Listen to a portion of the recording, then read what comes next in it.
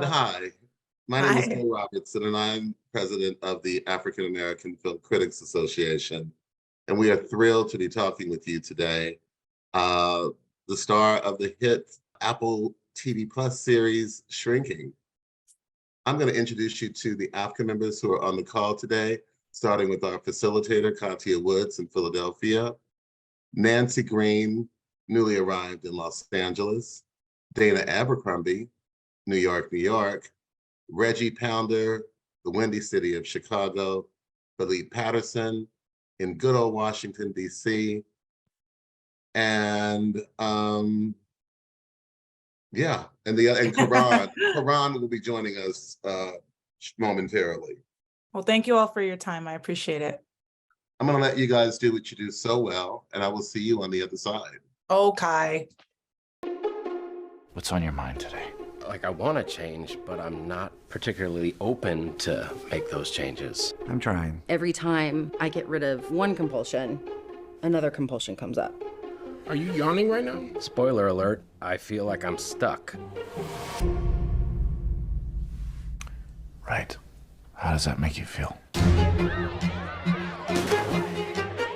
Jimmy! Liz! Hey! It's 3 a.m.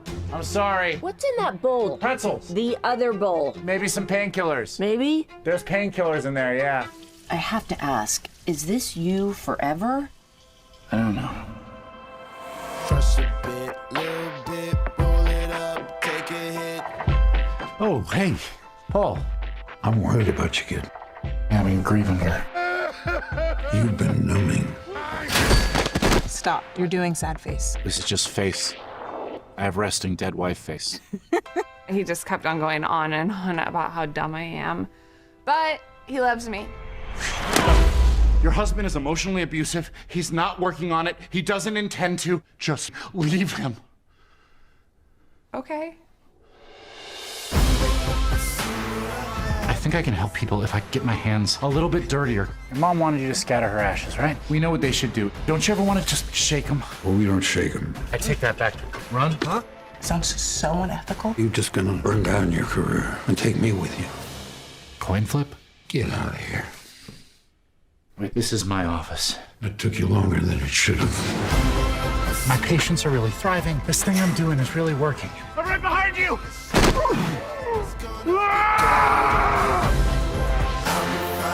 Nobody gets through this life unscathed. I can't remember Mom's laugh. I can feel her slipping away.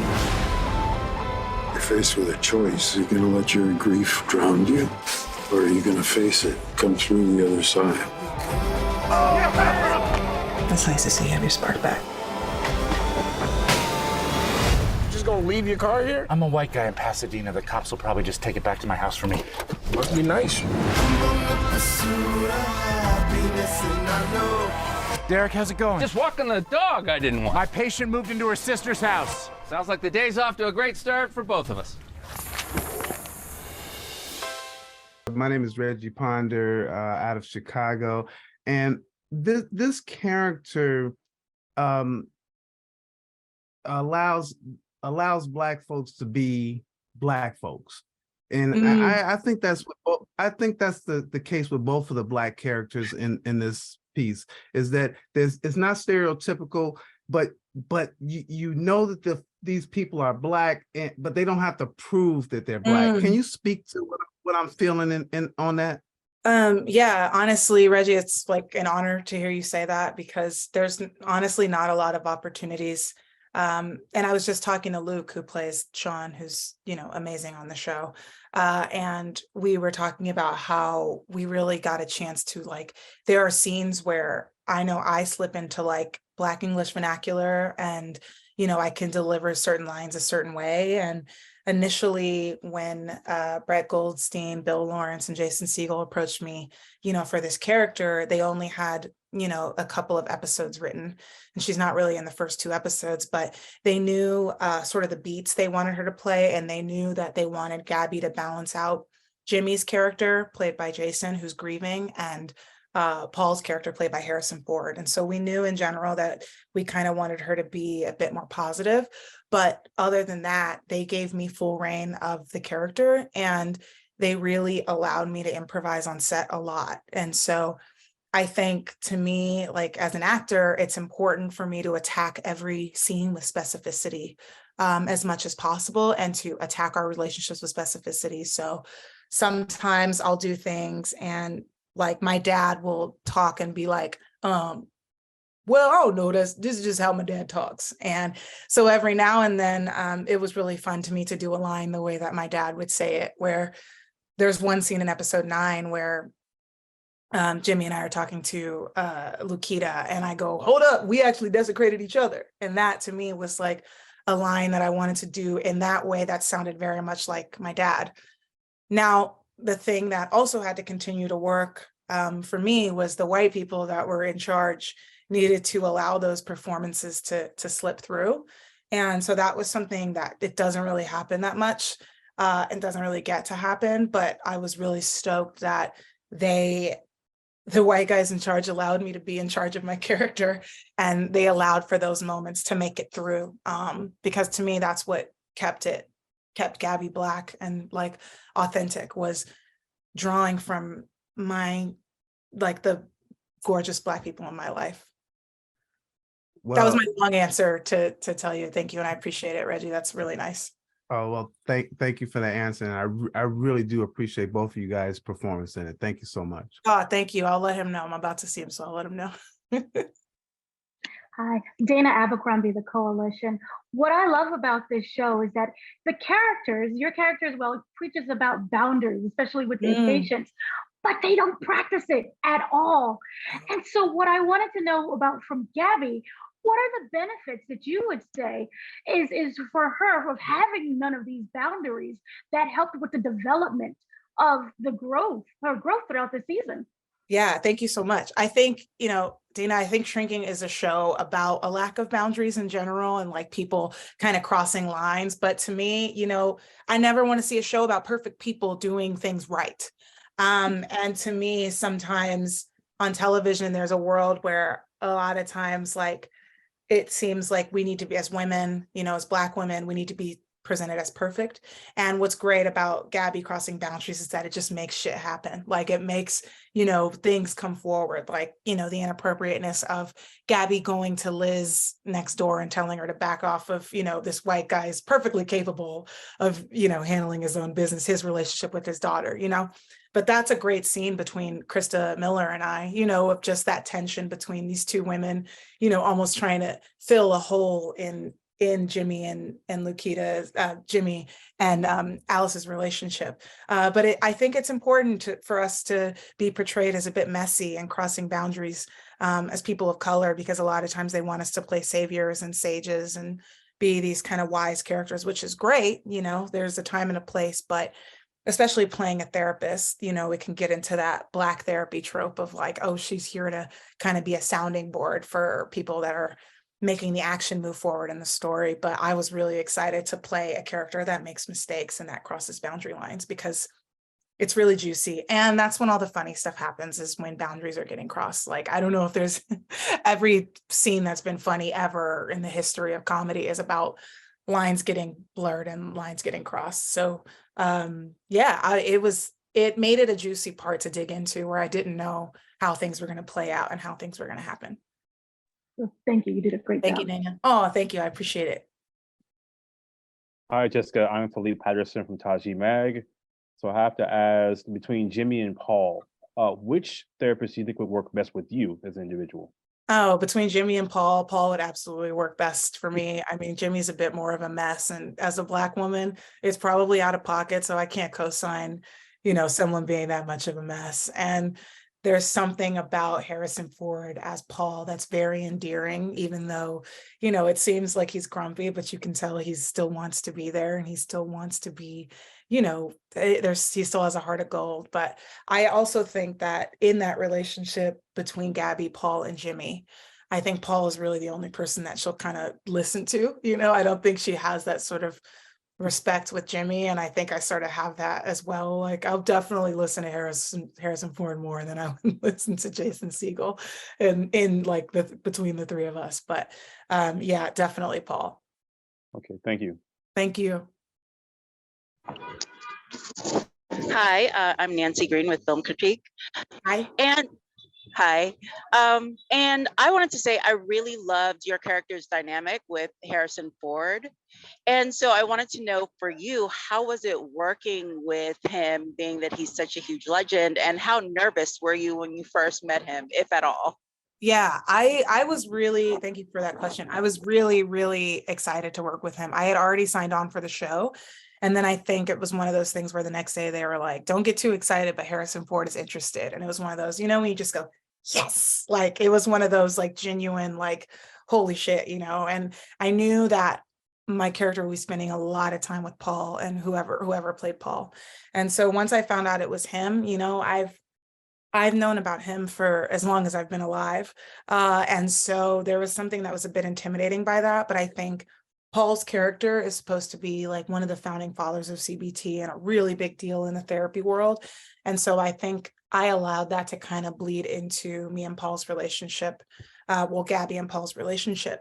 And so I allowed that sort of intimidatingness that I initially had with Harrison to inform their relationship. And also, that's just how I feel about anybody over like 70. They all intimidate me because they've lived so much life. Like I automatically want to give them like whatever respect, they deserve. And initially, it took me a second to get used to Harrison's face and to get used to working with him. Like it was just weird. And I'll say this, like every time, I did a scene with him in the beginning, I would be like, holy shit, like as an actor, I'd be watching him work.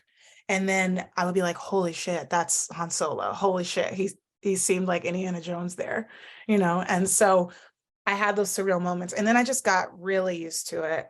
Gabby is a character that really requires me to be present and in the present moment. And she needs to be able to bounce off of anybody who's kind of in the room with her because she's so earnest. And so genuine. And so eventually I just kind of let that go. And then I kind of forgot it was Harrison Ford.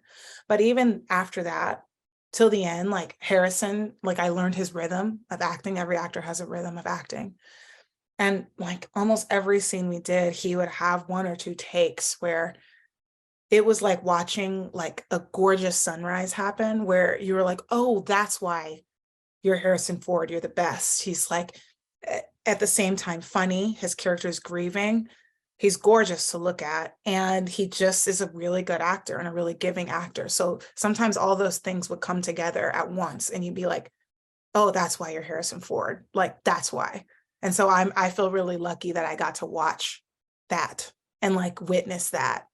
And I also feel really lucky that now forever these scenes of me singing Sugar Ray in the car with Harrison Ford get to exist. I'm really, really lucky about, like, I'm so stoked about that. Hi, Jessica. Katia Woods with the Philadelphia Tribune and Cup of Social. Nice to meet you. Nice to meet you. One of the things I do love about the show is that, especially you being a Black woman therapist, something that, a lot of people are searching for, is that it's not tokenism. You're there, you have agency, you have a variety of clients like everyone else, but also talk about why it's important to have a character like that, because that's one of the struggles for a lot of Black people going into therapy, is not being able to find Black therapists that understand their point of entry. Yeah, that's really hard. I think that for me, the name of the game whenever I play a character is to try and fill them with as much specificity as possible, because to me, that helps make it not tokenism.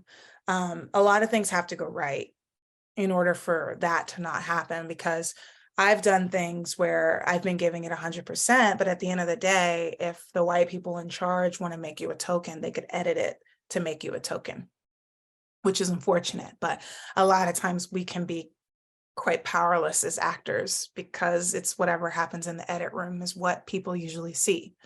And so I think with Gabby, the key to that is to approach her like with knowing how I want her to be with Harrison Ford. It's like, okay, with this character, it's not just about her being Black. It's about how can I give Harrison Ford the most annoying performance possible to help him be grumpy. And like, so it's just about annoying him that day and less about being Black. But those things all come in, anyway, because that's just who she is. And I think it's really important to see that because as Black people, we are, especially in 2023, we are full of like, we have layers, we have really dynamic lives. We have one day, like I know for me, one day I'll wake up and I'll feel really Black. I don't even know how to explain it, but I'm sure you can identify. And then other days I wake up and I know I'm Black, but it's kind of playing in the background. I'm going to go to this bar class and then I'm going to get a Jamba Juice and then I'm going to go watch Planet Earth when I get home and then I'll go to bed. But it won't be the day that I felt super Black. But then some days I'm just Black, like, so I think what's cool is that I didn't think about, like, I know Gabby's Black, but I just went in every scene and played the scene the way it needed to be. And it was about being present in every scene and knowing my lines and showing up and improvising in every scene. And then all of those things came together to create Gabby. It's like one day she's silly, one day she's kicking Harrison Ford out of her office, one day she's horny, one day she's tired, one day she's devastated and grieving. So it was just a matter of just playing the scenes and paying attention to the emotions behind the scene rather than presenting like, this is about being Black specifically. And then it created this dynamic character, I think. Hello, Dana Abercrombie again. What was interesting was she had a moment where we got to see, I don't want to say the real her, but it was a moment where she allowed herself to be vulnerable, was when she was talking about the divorce. And that it was finalized and it was really heavy and it weighed on her. I was wondering, was that a transformation period for the character to really sit in that emotion? Because then later on, we see the confrontation with Nico at the museum, which I was wondering, would she have gone through that had she not had that moment to sit in her emotions? Yeah, I think when initially when the gentleman approached me for shrinking, they always knew that she was going to have this big heart to heart. And I think that scene is about grieving yourself because she was friends with Jimmy's wife, Tia, but also recognizing that there's almost like a hierarchy of grief and that she needed to give space for Jimmy to grieve her other best friend and that it wasn't necessarily about her. So in that moment, it got to be about her and what she's going through and her divorce and sort of her processing that. And that was a turning point for her character. I don't think you initially see who she is in episodes 1 through 4, but ever since that moment in the 4th, then you really get a sense of Gabby just really kind of growing and expanding and just kind of becoming her own little world and her own character. So that was a big moment. And I definitely think that in episode 8, where she has that big confrontation, she's got her new friends. She's got Liz now, who's played by Kristen Miller. She lost all her friends kind of in the divorce with Nico. And I think that that's a really big scene that wouldn't have necessarily happened if she hadn't surrendered to grieving and surrendering to, sort of the divorce and this loss of, the dreams of what a marriage could be. Hello, this is Philippe Tashi Mag again. So Jessica, there was a moment where Gabby introduces herself to Sean, because initially Sean was referenced to Gabby. I felt like she had to make sure she let him know, like, hey, I was one you were referenced to, but you're gonna be okay with Jimmy. Can you explain what Gabby might have been thinking through the whole time? Because there was a moment of silence where she kind of just lets him know you're gonna be okay. Yeah, I think that was Gabby overstepping her boundaries and feeling like maybe she can help Jimmy by giving him this client. I think she was thinking maybe they could help each other. And that scene was really important because we shot it, I think, towards the end of the season and then inserted it back in because it really speaks to Gabby and the kind of person that she is, like privately, thinking, oh, they could be good for each other and just overstepping anyway. And I think also just checking in and making sure that he's okay and just having this connection between, the two Black people on the show too, because a lot of our stories are like kind of separate in this season. And just, introducing herself to and just making sure that Jimmy's not fucking it up, which, is very possible. So I think she's just kind of taking a temperature check and letting him know that, if he needs anything, he can kind of come to her subtly. And then also just making sure, he knows everything's okay and that Jimmy does have, the Black friend in there somewhere that is kind of watching over the whole situation. Hi, Nancy again. Hi. Hi. So I wanted to know for you, where do you think that your character is going to be in the future of the show? I think there's lots of places that my character is going to go in the next season, and I'm super excited about it. After this writer strike is over, I know they were already writing it, and I got to visit the writer's room and see kind of what was going on and what was cooking. And there's a lot of there's a lot of really good stuff for Gabby. It's like, now that we know, sort of all the characters and how they interact with each other. And I think by the end, you can see the writers were mixing and matching all the characters. Like, Gabby spends time with Ted and they have a good relationship. And it's more like, Liz is going to start a business, with Sean and, their relationship and stuff like that. But I think Gabby is going to do more of crossing boundaries, figuring out her boundaries and growing, yeah, I think everybody's just going to get in more trouble. And now we know who these characters are and who these characters are with each other. So we're just going to have a ton of fun. Great, thank you. And I just want to say your character is wonderful. Your energy. Thank you. So yeah, wonderful. Thank you. That means a lot. Thank you so much. One of the things I do like about Gabby is where she is really professional in tune. She's also a little bit of a goofball. She makes some questionable choices. And I think that's important to see too, because, as professional women, especially when you are in that type of environment, you're always presented normally so buttoned up, right? Yes, everything is organized and you have your attaché case and your little suit and everything is very like square. And she dances to her own beat. Talk about that, because this is her. She's as caring as she is. She also is a little flaky, and sometimes you're like, girl, she's very annoying. I think she's great because she isn't that type A. I think initially there is always that trope of the woman at the office being like, guys, come on, we have to get it together. Like, and like, I need things ordered this way. And it's really cool to present her as like, a pretty accomplished therapist in her own right, in this way. And I think they always wanted Gabby to be super goofy, and they wanted her to be a character that people will be like, damn, I want a therapist like that. I didn't know therapists were like fun and silly. I think a part of this show, in the background, it aims to show kind of like that therapists aren't all these people just sitting behind a notepad, just kind of drawing their own doodles while you speak. It's like these people have their own lives and their own full lives, and you could want to be friends with them. So I think it was like, we just wanted to create a character that a lot of people would want to be friends with and be like, yeah, she's a therapist too. So she's really goofy and silly. And I think that just comes from my parents. I have really, really goofy parents. And my friends that I grew up with, I live in Eagle Rock in LA, and I grew up in LA. And so I'm around all of my very silly, goofy friends all the time.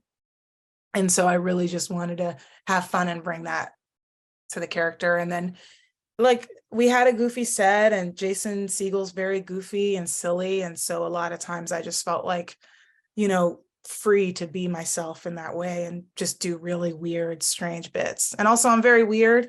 And so it was very exciting to be able to have Gabby be this Black weirdo and just kind of be just a goof. She's just a goof. You never really know what she's going to say.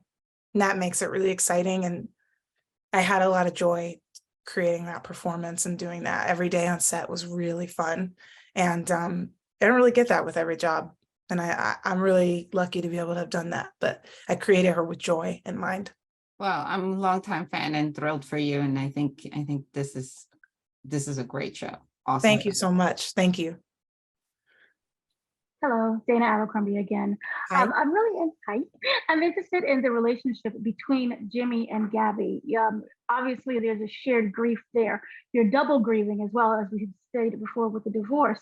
I was wondering, what would you say are the benefits to that friendship, and how does it help to kind of both heal you? Yeah, I think Jimmy and Gabby have a really interesting relationship. They definitely when they're in the office, I think they're both kind of almost brother and sister scrambling to see who's going to get in trouble with Paul first. I think they both are a little competitive with Paul's love and affection. And so there's that version of it. And then I definitely think there's a version of it where Gabby was best friends with, his wife, and they were all really, really good friends. And I think she's someone who, he kind of feels like he can talk about stuff with. And I think Gabby is someone who kind of holds a bit more close to her chest and presents this goofy exterior. But there's something really nice about how thoughtful Gabby is, in the sense that, she allows him to be kind of messy, but alert him, when he's taken things a bit too far. And so I think they have that natural connection. And I think with grief, that happens quite a bit. I think when when someone dies in the middle, it brings the people around them together, sometimes in a messy way where lines get crossed and blurred. I actually think that happens all the time. And so I think they just have a really interesting, juicy, complicated relationship between two tall people, that one is a Black woman and one is white. And I don't know if necessarily you get to see that a lot on screen. And so I was really excited to play that, because we always knew the beats between them. And when I signed on, and I don't even know how it's going to shake out, but it's a good relationship, because it's like both specific and vague at the same time. And there's just a lot of ways it can go. So to me as an actor, it's really exciting to be able to play that. Thank you. Thank you. Hey, this is Philippe Mataji Mag again. Of course, it's Mental Health Awareness Month. My question is to you: how did you, what was your outlook on mental health growing up, and then when did you decide it was okay? Yeah, I've been doing therapy for a long time. I have a therapist. Her name's Heather. She's lovely.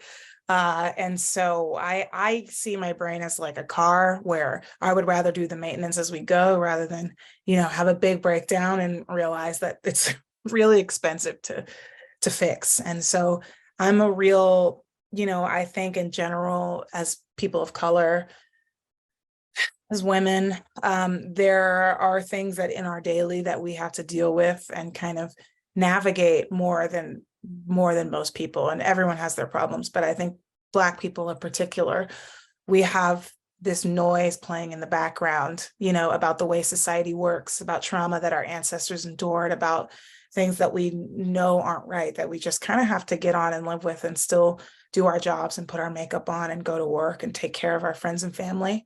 And that in and of itself is a burden. And I think in order to handle that, it's important that we take care of our mental.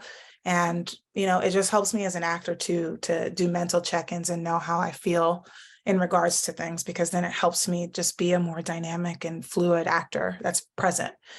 And so I really try and take care of my mental health, and I see it as a journey and not a destination. Like there's no kind of finish line that's fictional. It's a matter of, my day to day, and every day is different. And I see every day as a new day to kind of either tackle, how to figure out how I'm feeling mentally, or also just kind of, maybe I fall a bit short that day, but that's okay. And so I think it's super important. I'm always trying to check in mentally and see how I'm feeling. Okay, thank you. Now, everybody else, your role is phenomenal. Thank you. Hi, Nancy again. Hi. Hi. And so I wanted to know, from your perspective, what was one of your favorite scenes to film, and what felt the best for you? One of my favorites, there's a lot of great scenes I got to do, but one of my favorite scenes was the scene where Gabby walks in on Paul and Dr. Barham, where she walks in on Harrison and his new lady friend. I really felt that happened in episode 9. So I really felt like I really understood who Gabby was, and I understood her relationship with Paul. And I understood, just how you would feel if you got to witness the morning after Harrison Ford is kind of hooking up with someone. And so it was really fun to play that character, because the head writer, Neil, knew I had done this face in conversation. And he knew that he wanted Gabby to do that in the scene. And so that was a scene where I felt really free. And to me, that translated into childlike wonder at the situation. And I felt like I had so much fun, encouraging, Paul, and she does a little dance, and, there's just so many really good things at play. And Harrison Ford is at his best, where he's just grumpy and embarrassed. And this is like the last person that needs to know about this because she has a big mouth. And it was just a lot of great things came together, and it was just a lot of really great writing from our writers, hashtag support the writers. And I'm really proud of that scene, and I'm proud that it exists forever. And I got a lot of really good feedback on that scene, and it was a joy shooting that. It was just really funny while it was happening. It was one of those. On a fun note, if you know, Gabby drives Paul to work because, you know, Paul is a little vehicularly challenged, He you is, know. yeah. And if you or someone could drive you to work, anybody, you know, just pick you up at the house, who would it be and why? This is kind of a mess, but probably Doja Cat, because it would be really messy. I just like her so much. Like, she's just like, I think it would be really messy. I think maybe I'd be a little late, but I would just have a lot of fun just kind of looking at the Doja Cat show up close and personal. Maybe Doja Cat. I mean, I should probably say like Oprah or something, but at this moment in time, I just saw like footage of Doja Cat meowing at the Met Gala, and I was like, yeah, she could drive me to work. That's fine. That's like a nice 30-minute ride, you know? It'd be interesting for sure.